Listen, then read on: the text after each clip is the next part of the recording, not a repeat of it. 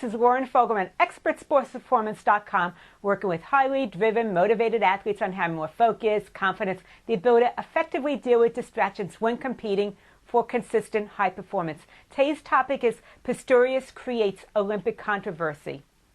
When you think about the Olympics, what do you think about? Diversity, challenge, new world records being set? Oscar Pistorius from South Africa is creating some controversy. He is a double amputee, and his dream has been to really compete in the Olympics. He's been competing in the Paralympics up and now, but he wants to take the main stage. And he's been granted the okay to go ahead and do so. So he's joining South Africa's team in the London 2012 Olympics.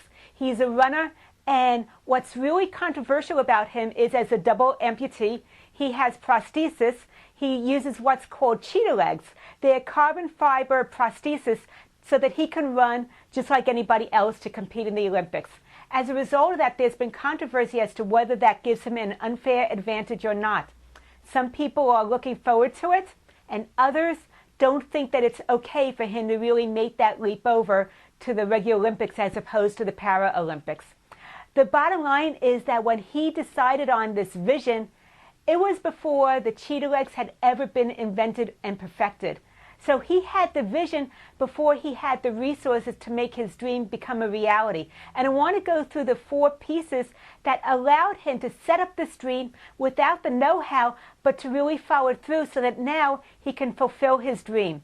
And the first piece is challenge. He had a big challenge, a vision for himself, and it was that strong vision that gave him the momentum to rise up to whatever challenges came his way, no matter what.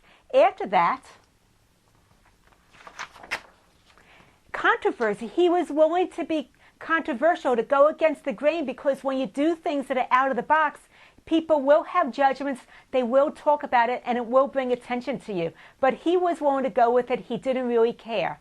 And after that, commitment. He was really determined to stay focused on his goal, doing whatever was necessary to keep on moving forward in order to turn his vision into reality.